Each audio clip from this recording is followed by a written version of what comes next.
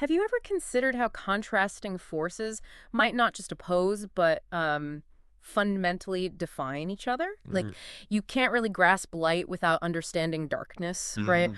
Or joy without sorrow. Yeah. It makes you wonder if some realities might exist purely to, highlight the extremes of others. It's funny you bring that up. Just last week, actually, our D&D group stumbled through a portal, a rather unpredictable portal. Oh, We were expecting, a quick trip, another part of the material plane. yeah. But what happened was, well, jarring.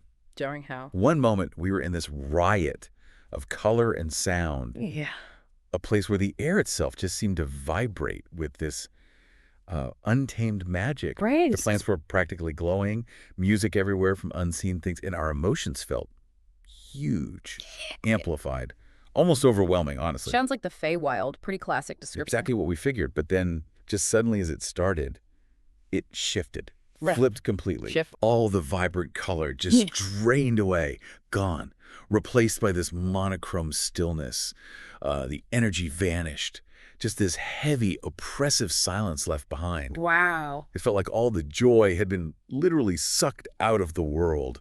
Everything around us desolate, and even our characters, who are usually pretty tough, started feeling this creeping despair. So you ended up in the Shadowfell. Yeah, stumbled right into it. And the contrast wasn't just visual, it was palpable. It hit their moods, their abilities even. It totally changed how we handled the fight we were literally in the middle of. That experience, wow, it perfectly illustrates what we're going to delve into today. We've been looking at this really fascinating article from LitRPG Reads. Mhm. It properly unpacks these ideas of mirror realms in D&D, specifically, the Feywild and the Shadowfell. Right. And the key thing really is that these aren't just, slightly different versions of the world we know.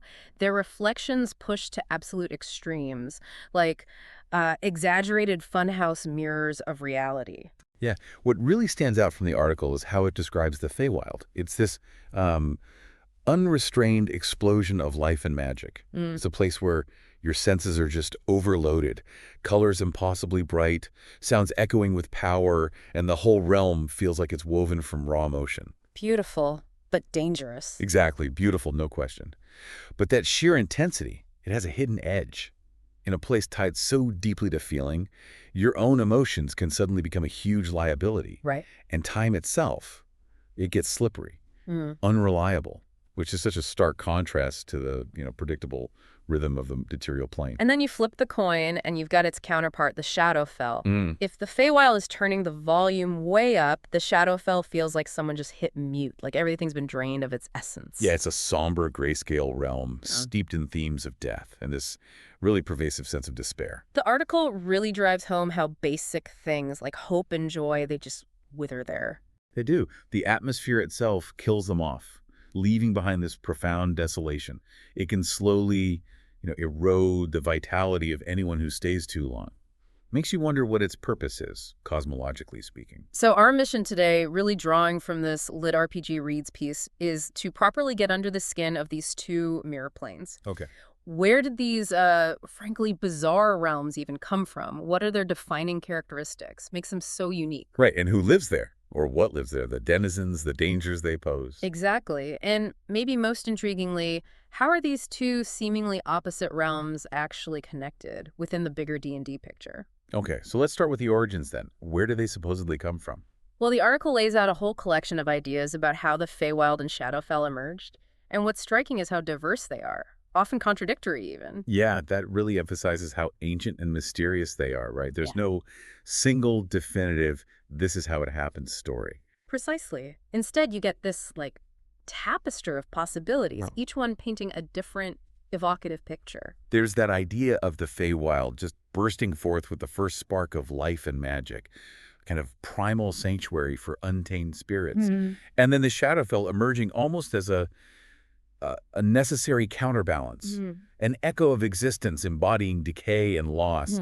It suggests this fundamental duality is just baked into reality itself. The article also brings up divine influence. Maybe the gods themselves shaped these planes, part of some grand cosmic balancing act. To ensure equilibrium, between creation and destruction, light and shadow. It does raise questions about intent, though. Were they deliberately made this way? And why? And then you get these wonderfully imaginative, almost folkloric origins, which I kind of love. Me too. I was really struck by the image of the Feywild being born from the first tree's dreams as it reached for the sun, Oh, that's beautiful. It captures that vitality, that connection to nature perfectly. doesn't it? And then the flip side, the idea of the Shadowfell coming from the first mortal's tear of grief. That's just so poignant. Instantly sets the tone. Sorrow, loss, right from the start. It really highlights this connection between deep emotion and the actual creation of these places. Exactly. And then there are the grander, more cosmic explanations too, like a ripple in space-time, Or the final breath of a cosmic dragon. That's pretty epic. or even just planetary alignments forging pathways. These stories really show that the Feywild and Shadowfell aren't just side dimensions. They're fundamental parts of the D&D universe. One that really stuck with me was the Feywild as the heartbeat of joy and the Shadowfell as the echo of loss. That's a powerful way to put it. Very concise. Or the divine lovers Mm. separated by fate. Their longing creating these realms, one vibrant with yearning, the other steeped in the sadness of separation. It really speaks to the richness of the lore, doesn't it? That all these varied, sometimes conflicting myths exist side by side. Yeah, whether it's an ancient spell gone wrong or the moment the first sunrise cast its first shadow, these tales all add to the feeling that these planes are deeply tied to existence itself. Providing this constant sort of mythic backdrop for adventure. Okay, let's focus on the Feywild itself for a bit. But the article paints it as this intense sensory overload, everything amplified. Absolutely. It's not just pretty, it feels powerfully alive. Magic is almost tangible, and potential for incredible wonder, but also sudden danger seems to be around every corner.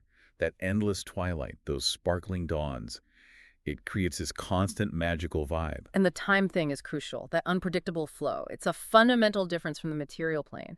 Imagine losing days, weeks, maybe years, and not even realizing it. Yeah, terrifying. Yeah. And it's not just big magic stuff. The article mentions how even nature seems sentient there. Right. The line between living and mystical is just blurred, completely blurred. You might run into nature spirits who aren't just background detail. They're active players in whatever's going on, for better or worse. What really grabbed me was the idea of the Feywild as an untamed symphony. I like that too. The way seasons can shift on a whim, or even just a thought. And emotions literally changing the landscape. Imagine like a burst of joy making flowers bloom instantly, or sorrow bringing on a sudden storm. It's a realm where internal and external are linked in a way that's just alien to our normal experience. Wild. But all that beauty and magic comes with serious peril. Oh, definitely. The Yeah. Fae themselves are a big part of that. Capricious doesn't even begin to cover it. Their motive, their reactions, utterly unpredictable. And the time distortion we mentioned, that can have massive consequences if you linger. Plus, the article stresses that the land itself can be hazardous because it's woven from emotions and stories. You could literally get lost inside someone else's memory echo. Which raises the question, how do you even navigate a place like that? The article gets into some key locations, and they sound as wild as the plane itself. Yet each one seems to embody a different facet of its magic and chaos. Like the Summer Court, ruled by Titania. Eternal parties, beauty, but also complex social games and those infamous Fey bargains. Where the real price is never clear up front. Sounds like a place where appearances are everything, and one wrong word could doom you. Then there's the opposite, the Gloaming Court. Queen of air and darkness, perpetual twilight. Yeah, embodying the more shadowy, subtle side of the Feywild, where the Fey might mislead you with half-truths just as easily as help you. It highlights that duality, that moral ambiguity. And the Green Heart, this ancient sacred grove, sounds like a nexus of raw primal magic. Where plant and spirit are almost indistinguishable. A sanctuary for druids maybe, but fiercely guarded, I bet. Then you have a city, Senelise, ruled by Lady Chandria, a glittering marvel under starlight. But even there, the article hints at dangerous politics. Power plays, illusions. It's a reminder that even where there's civilization in the Feywild, chaos and deception are right under the surface. The article also touches on others, Twilight Glades, Silver Streams, Crystal Canopy, each with its own ruler, its own vibe. It paints this incredibly diverse picture. From melancholic beauty to deceptive invitations, every corner seems to have its own allure and its own dangers. It feels like each location is a focal point, concentrating certain aspects of Fey magic or themes, like heartbeats of the realm itself. Yeah, that's a good way to put it. Not just landmarks. So, who actually lives in this vibrant, chaotic place? The article gives a rundown of the inhabitants, and it's quite a mix. Definitely eclectic and unpredictable. Starting at the top, you've got the Archfey. Right, these incredibly powerful, almost godlike beings. Hitania, Oberon, the Queen of Air and Darkness, their influence reaches far beyond the Feywild, even into the mortal world. They sound like forces of nature, capable of immense generosity one minute, terrifying cruelty the next. And good luck figuring out why. Exactly. Then you have the more common Fey, Dryads, Eladrin, deeply tied to the natural world. And the Eladrin are fascinating, how their emotions literally change their appearance. Reinforces that whole emotion shapes reality theme. Totally. Then you get satyr's music, revelry, mischief, often leading travelers into delightful or dangerous situations. And you can't forget the hags, the darker side of Fey magic. Always ready with a bargain, but the cost. Yikes. Never revealed till it's way too late. It's quite the spectrum, isn't it? From tiny playful sprites and pixies doing harmless tricks. To the more unsettling boggles, the article really emphasizes the sheer diversity. And then it even categorizes them, court affiliations, general types. Yeah. Gives you a sense of the complex social structures. And it's crucial to remember their relationships, alliances, ancient grudges, politics are driven by motives totally alien to mortals. And we mortals, we can easily become unwitting pawns in their endless games. So if you do end up in the Feywild, accidentally or otherwise, how do you survive? The article outlines some pretty major challenges. Yeah, not a place to visit lightly. The veil between planes is thin sometimes, so accidental crossings happen. But even going deliberately is risky. Memory loss is a big one. Imagine losing bits of yourself and not even knowing it happened. Super unsettling. And the emotionally morphing environments, that sounds incredibly disorienting. Your own mood swings could literally reshape the path ahead, creating dangers out of thin air. Then there's the time thing again. Massive consequences. Yeah. Feels like an afternoon, you come back, years have passed, or weeks go by there, it's moments back home. Plus, the air itself is just saturated with magic. You're constantly vulnerable to enchantments, illusions. Yeah. Messing with your mind, your senses. And just getting out sounds as hard as getting in. Portals shifting, vanishing, teleportation being unreliable, needing a guide or secret knowledge. It doesn't let go easily. The article lists specific challenges, too. Shifting paths, emotional echoes on the land, deceptive bargains, eerie silences. It really feels like the realm itself is actively trying to bewilder and enchant you, keep you there. But despite all those very real dangers, the article circles back to the undeniable allure. Right. It promises wonders, mysteries, and for the brave, or maybe foolish, the rewards are unlike anything in the mundane world. Okay, so we've covered the vibrant chaos of the Feywild. Let's flip the coin again to its stark, shadowed counterpart, the Shadowfell. Right. The article immediately sets a total different mood. Soul-crushing gloom, pervasive despair. Yeah, where the Feywild overflows with color and energy, the Shadowfell is defined by absence. Bleak, grayscale landscape, oppressive sky, a place where even a tiny spark of hope seems to just die instantly. And the article really stresses how the atmosphere itself is despair. It's not just a feeling, it's a force, permeates everything. Yeah. Crushing weight of forgotten memories, actively draining joy and light, makes you wonder if the land itself only remembers sadness. But there's a paradox, isn't there? Amidst the desolation, there's this raw, untamed power connected to shadow and death. Yeah, lingering spirits are common. That connection to the cycle of death is palpable. It's like a fundamental truth of the realm. And despite the gloom, it holds this strange, unsettling fascination for some people. Those seeking to understand mortality, maybe, or trying to commune with lost souls, they might find a twisted kind of enchantment there amidst the peril.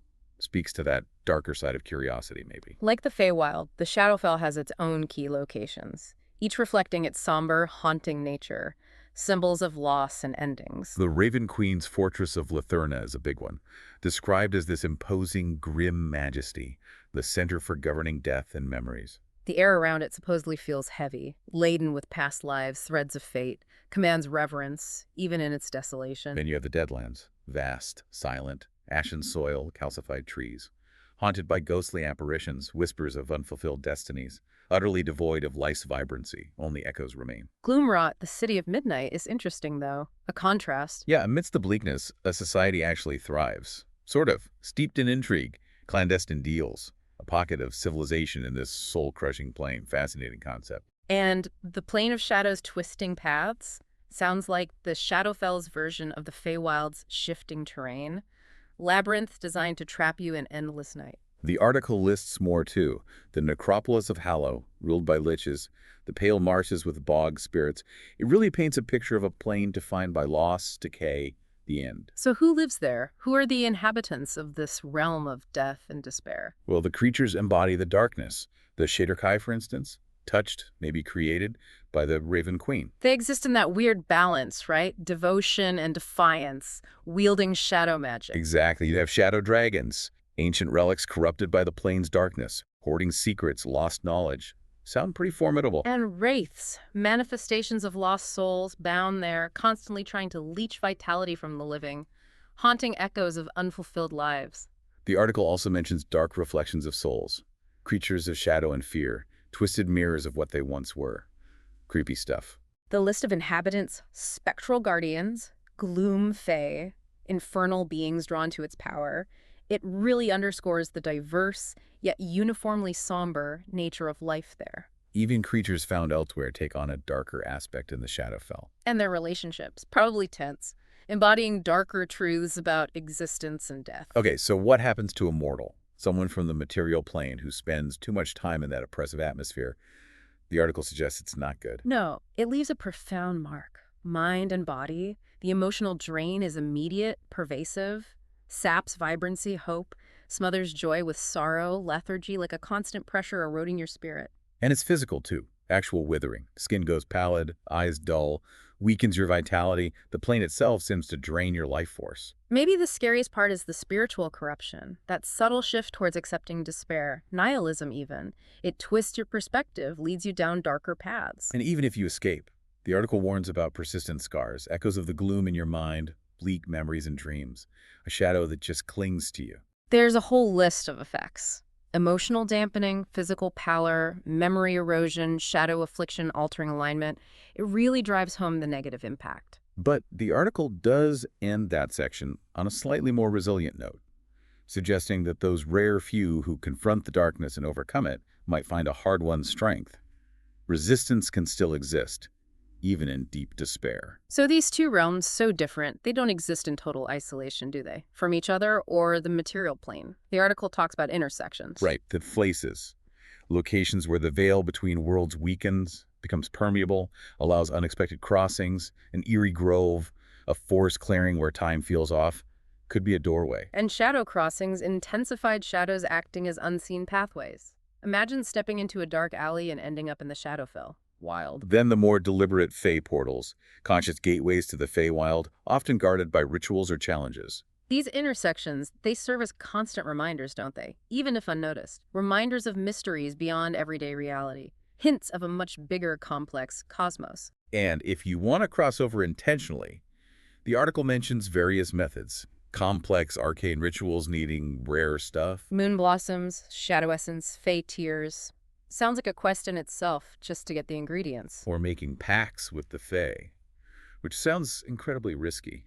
Binding yourself to their will for passage, protection, often involving whimsical or dangerous tasks. And you know the price won't be straightforward. Nothing in these realms comes without a hidden cost. Then there are natural planar rifts, temporary weakenings in the boundaries from mystical surges, cosmic events, adding another layer of unpredictability. You can just stumble into one. So the article concludes that just trying to cross over often becomes its own adventure, full of challenges, obstacles, discoveries, rarely simple. Now, for the Dungeon Masters listening, thinking about using these realms in campaigns, the article has some great ideas for crossovers and storylines. Yeah, planar bleed is a cool concept. Magic or characteristics spilling over, causing weird effects, sparking adventures. Imagine a normal forest suddenly getting wild magic or shadows deepening in a town. And of course, setting whole adventures within the Feywild or Shadowfell. Letting players dive deep into the atmosphere, meet the locals, face the unique challenges. Using NPCs with ties to these planes is a smart hook, too. A Fey emissary needing help, a Shade Archfey with a cryptic warning. They act as bridges between worlds. That table of story hooks is brilliant. Really useful. Specific scenarios for both realms, key NPCs, themes.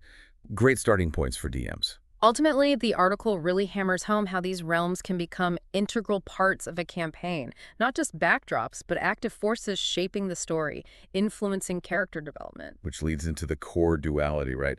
The article explores that fundamental opposition at the heart of the Feywild and Shadowfell. It's more than just light versus dark. Absolutely, it's a deeper cosmological balance. Chaos versus a kind of order, vibrant life versus pervasive gloom, creation versus death. The Feywild, with its exuberance and flux, embodies one extreme. The Shadowfell, with its stillness and finality, the other. Together, they create this equilibrium in the D&D multiverse. And through that mirroring, the article suggests we get insights into deeper truths about existence.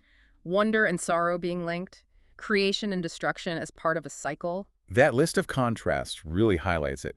Vibrancy versus numbness, emotional extremes versus absence, time acceleration versus stagnation. It shows how they offer fundamentally different takes on reality. Exploring them challenges our ideas, offers chances for growth, for players and their characters. And that duality ultimately is a powerful reminder of how fleeting and precious life is, inspiring this timeless dance between existence and non-existence, that cosmic rhythm. To really get these realms, though, we need to talk about the big players, the powerful entities who rule them. The article focuses on the Archfey and the Raven Queen. Right, the Archfey and the Feywild like demigods, governing courts, wilderness, with that mix of whimsy, wisdom, and raw power, embodying Fey magic, beauty, caprice. And the Raven Queen in the Shadowfell, Sovereign of Death, Memories, Keeper of Stories, Maintainer of the Cycle, very mysterious motives. The article also nods to other, maybe more obscure or homebrewed powers, adding layers of complexity, potential for unique encounters.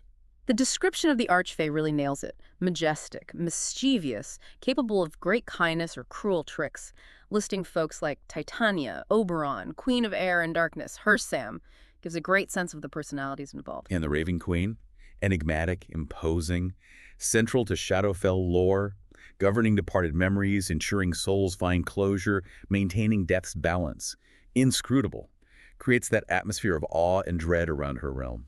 That section on other planar powers, dark fae, tricksters, rogue, death spirits, banished gods, really opens things up for DMs, allows for unexpected twists, deeper dives into the plane's workings. That table of powers with origins, alignments, roles, super useful. And finally, the article wraps up with those detailed plot hooks, specific adventures for both realms, ready to go starting points. They're really well done. Settings, backgrounds, hooks, complications, resolutions. The Whispering Grove and the Feywild sounds great. Diplomacy, ancient magic, Fey intrigue.